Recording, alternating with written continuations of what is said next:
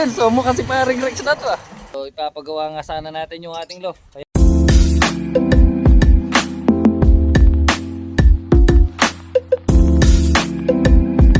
Ayan, so nandito tayo ngayon sa may Magalang. So may pinapabili si tatay. Ayun, so tanghaling tapat at nag-iikot tayo dun sa pinapabili niya para dun sa pinalagay nilang bomba. Kaso wala pa tayong nahanap. Ayan, so nakarating na tayo ng Magalang at wala pa tayong nabibili. So kanina pa tayo paikot-ikot. Ayan. Ayan, so halos napuntahan na natin yung mga hardware dito sa may Harayat tsaka dito na sa may Magalang. Ayan, so wala pa tayong nakikita. Ayan, kaya ngayon mag-iikot-ikot pa tayo para mabili natin yung pinapabili ni tatay. Ayan, sana makahanap tayo para matapos na nila yung kanilang ginagawa. Ayan, so iikot pa tayo para makahanap na. Yan, so nandito pa rin tayo sa may Magalang. So eto, nandito ako sa may isang hardware. Ayan, so sana dito may mabili na tayo. Ayan, so dahil kanina pa tayo paikot-ikot, so halos kalahating araw na tayong nag-iikot. Ayan, so sana yung kinuha nila ito na yung hinahanap natin. Ay, ganyan kalagi. So meron na tayong nakita kaso hindi tayo sigurado kung ito ba yung pinapabili ni tatay. Ayan, so dito ako nakabili. Ayan yung pangalan ng kanilang hardware. Ayan, so heto, titingnan natin yung binibili natin. Ayan. Okay lang tayo. Mag-video. Ayan, so heto nga yung nabili natin. So sana ito na yung pinapahanap ni tatay or pinapabili. Ayan, so heto nga sila ate. Thank you.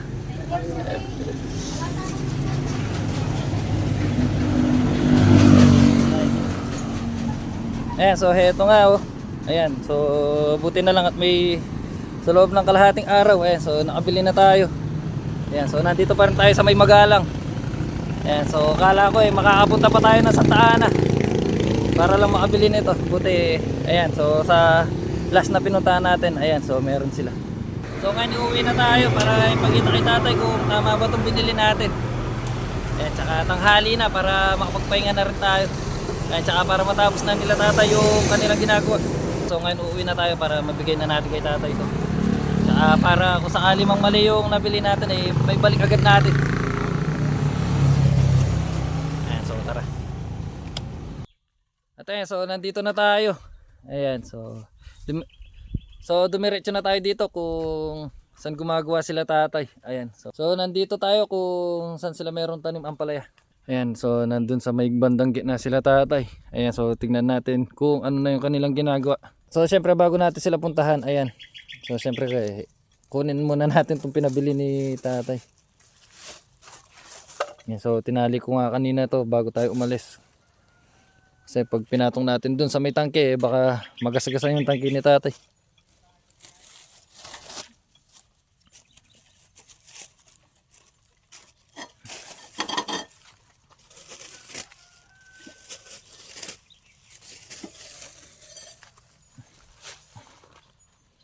Ayan, so heto. So papakita muna natin kay tatay kung tama ba itong nabili natin. So papasok tayo ngayon dito sa mga tanim nilang ampalaya. Ayan na yung mga bunga nila. Ayan, haba na. Ayan. At yung lupa, ayan tuyo na yung lupa. Ayan. Ayan. Dami ng bunga. Ayan diba? Ang bilis lang nung pagkakatubo nila. Yan, so ayun nga sila tatay. Stuya aya ini ta? Stuya aya. Wah. Ati niyang kay Jess. Haba. Uniseli kita malati. Malati size. Yan na. Yan, so heto nga yung pinagawa nila tatay dito. Yan linya pa. Ali nung kayo pwede naman ibalik kaya tayo no, chu. Ayan na. So dahil naubusan na ng tubig yung ilog dito, ayan. So nagpalagay na sila tatay ng ganito.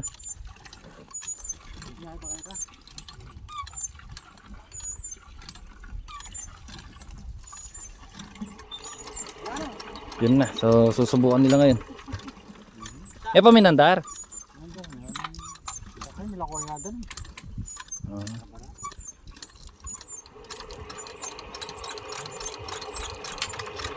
Yun.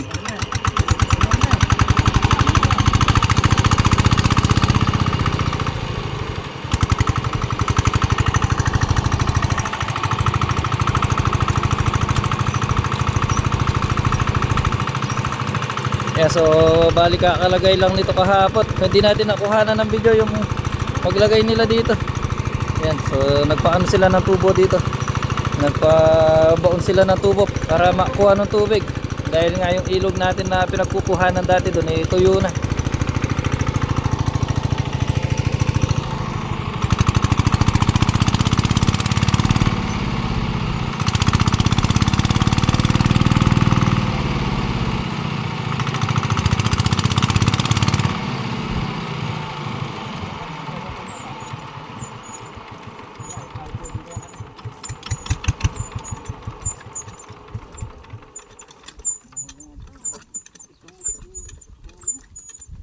Yan, so bali tinitesting pa yung ginagamit nilang pampatubig.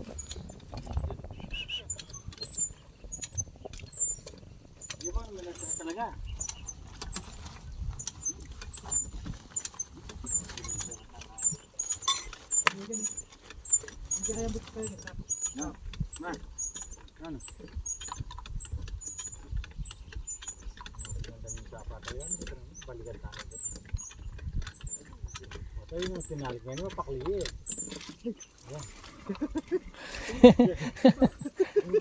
Yeah, kasi ka na.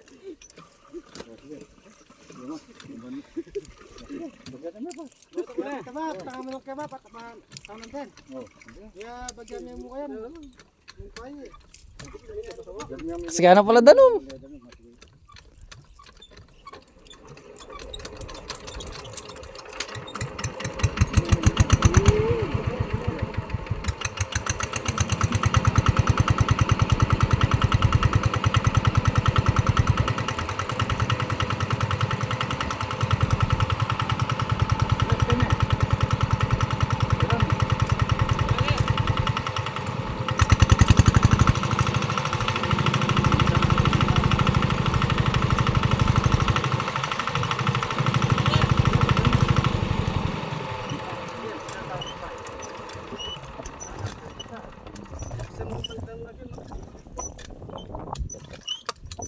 Yan, so sa ikatlong try. Yan, so si tatay yung papaandar.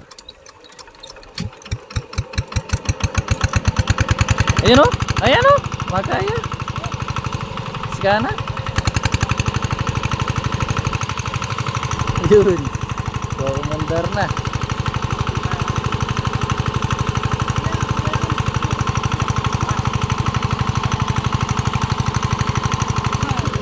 Yeah, so dito tayo banda, baka kasi pumutok yung nilagay nilang plastic dito, mabasa tayo. Ayan. Sige. Yun. Ang lakas oh.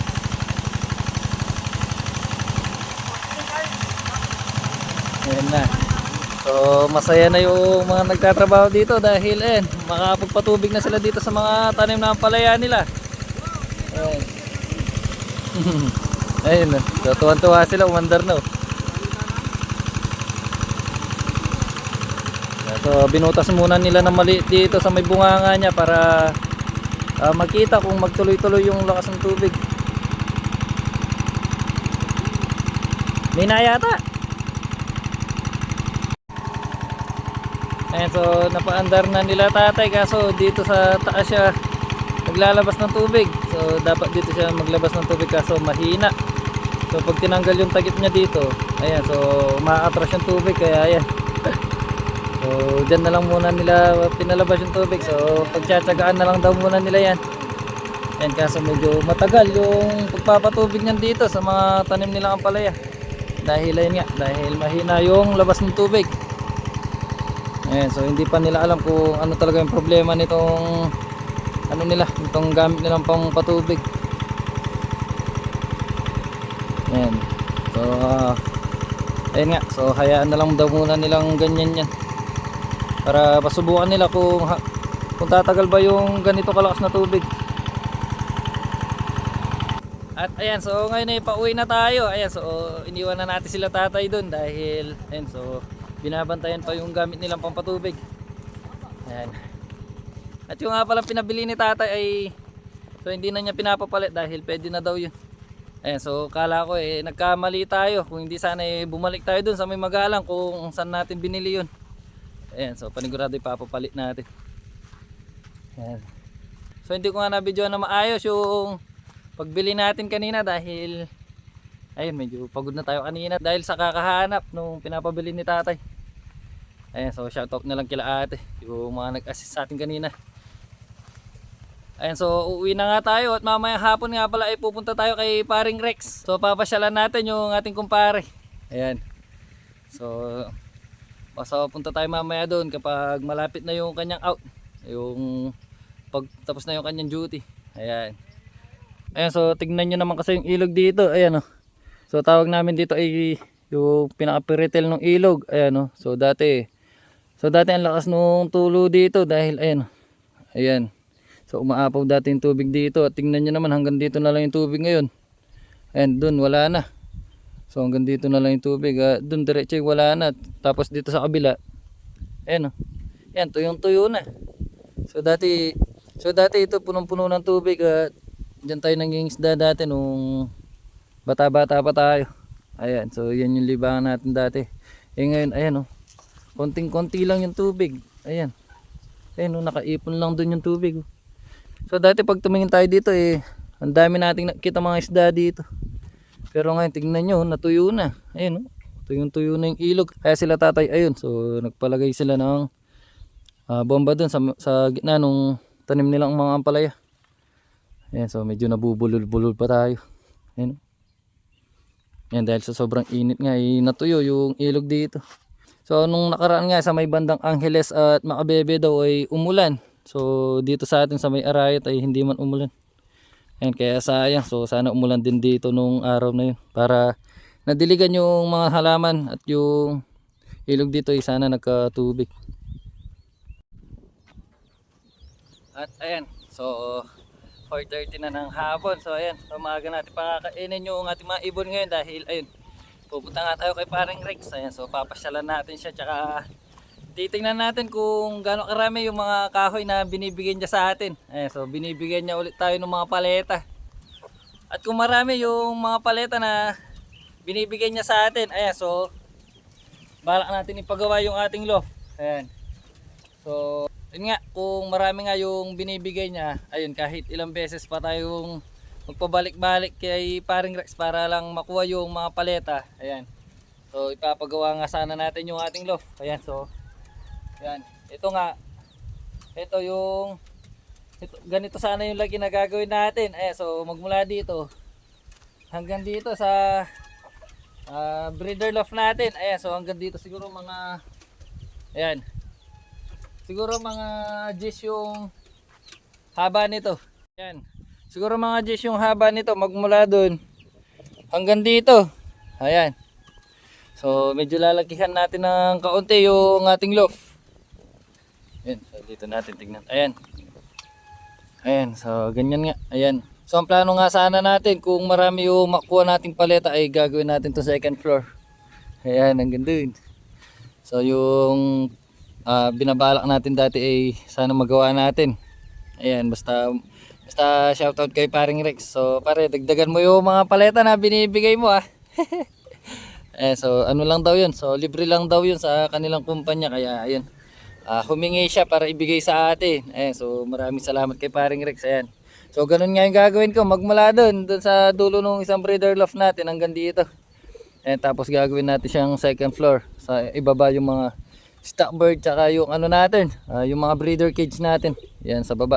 Tapos sa second floor naman ay yung mga flyer natin. Ayan, siguro 2 butas yung gagawin natin or 3. Yung isa sa mga young bird, yung isa sa pang north at yung kabila ay pang south naman. Ayan, so pagpa-party-partyhin natin. Ayan, para for example yung mga young bird natin hindi tinutukan nung mga matatandang ano natin, mga matatandang young bird natin. Ayan, so yung bagong walay natin dito natin ilalagay. So dito yung pinaka viewing. Tapos mga pang south tsaka pang norte. Ayan. So sa tingin ko mahigit gist to. Ayan ko. Basta gawin natin siya mga 15 yung yung haba 15. Ayan, para tig-5 yung lapad nung bawat butas. Ayan, tapos yung lapad naman niya siguro mga 8, kahit 8 lang. Ayan, ganyan kalapad or kahaba. Ayan, hanggang dito. So pwede na yan. Ayan, tapos yung taas niya siguro mga 14 feet to 15 feet siguro. Pwede na rin. Ayan, pero ano pa lang natin naman, mga plano pa lang naman natin na gawin. Ayan. Ayan. Ayan, so kapag nga tinitignan ko or pinaplano ko yung ating gustong gawin, ayan po. So medyo excited na tayo. Ayan, kasi maglalagay lang tayo ng mga poste-poste dyan. Tapos second floor na. And so siyempre maghanap din tayo ng kasamang gagawa dito. So siyempre hindi naman natin to kayang gawin na mag-isa. Ayan, tsaka para mas mabilis matapos kailangan may kasama tayong gumawa dito. Ayan, so hoping na magawa at matapos natin agad para presko tayo makapaglaro. Ayan, no? So siguro ang ganda ng abakan, no? Nandito tayo. So lalagyan kasi natin siya ng pinaka terrace dito para kung sakali man nag-aabang tayo ayan, so nandyan tayo sa taas. Ayan. So ngayon nga, ayan, so magpapakain muna ako ng ating mga ibon. Ayan, so yung ating mga young bird nga pala ay binigyan ko ng tubig kanina para maligo. Ayan, so hindi ko pa siya natanggal. So hindi ko nga sila pinakawalan ngayong hapon dahil ayun nga, so paalis tayo. Ayan, so magpapakain na ako ng ating mga ibon at yung harang ng ating mga breeder. Ayan, yung pinakatakip nila, ayan, napunit na. Wala na talaga. So ito nga, so sabi ko nga marupok na to kaya ayan, natuluyan na. Ayan, so ang gagawin nga natin papalitan na lang natin to. Total 2 sako lang naman yan. Ayan. So magpapakain na ako para makapagbiyahe na tayo dahil palabas na daw si Paring Rex sa kanyang trabaho. At ayan, so ngayon nandito na tayo sa may Chinoy kung saan malapit nagtatrabaho si Paring Rex. Ayan o. Ayan o, napaka-traffic dito. Ayan, so hindi natin alam kung bakit traffic ngayon. Siguro dahil ayan, so siguro maraming namamalengke. Ayan, so nandito na nga tayo sa may Chinoy. So hinihintay na lang natin yung kanyang chat. Ayan, so nag-chat na ako sa kanya na nandito na tayo. Ayan. At ayan, so nandito naman tayo ngayon kung saan yung kanto papasok ila Paring Rex. Ayan. So dito nga kami dadaan mamaya papunta sa kanila. So hanggang ngayon wala pa siya. Ayan, so mukhang gagabihin na naman tayo sa pag-uwi mamaya galing kay Paring Rex. Ayan. So hanggang ngayon hindi pa siya nagre-reply. Mukhang hindi pa sila lumalabas. At ayan, so sabi niya alas 5 yung paglabas niya. So alas 5 daw siya uuwi. Ayan. So mag-alas 6 na wala pa. Ayan daw. So nandito na nga tayo at naghihintay sa kanya. Ayan, so ano na, 5:40 na ng hapon. Ayan, so siguro nag-overtime pa sila. Ayan, kaya maghintay-hintay pa tayo sa kanya ng konti. Ayan, panigurado maya maya ay darating na rin yun. At ayan, so dahil wala pa si Paring Rex dun sa lugar kung saan kami magkikita, so pupuntahan na natin siya dun sa kanyang trabaho para makita na rin natin yung mga paleta na binibigay niya sa atin. Ayan, so dati nga dito rin tayo nagtrabaho. Ayan, kaso wala na, so umalis na nga tayo doon sa dati nating trabaho dito. Ayan, so ayan yung itsura dito, puro warehouse. Ayan. So hindi nga natin alam kung saan dadaan niya si Paring Rex, pero panigurado dito yung dadaan.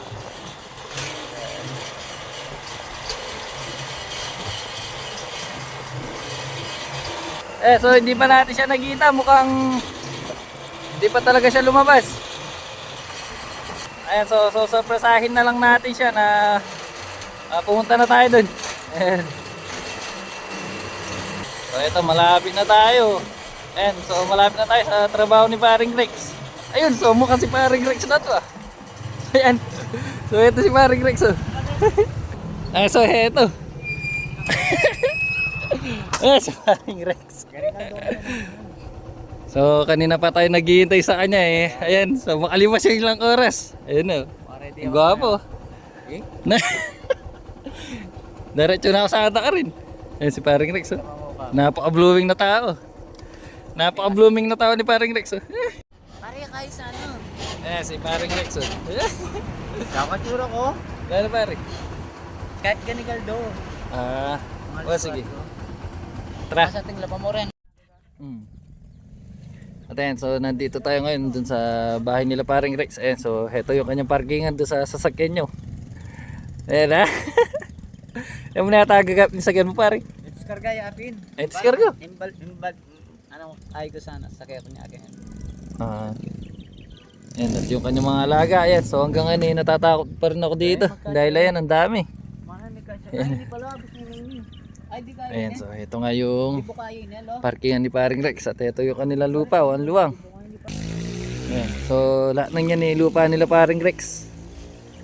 Ayan, ang luwang.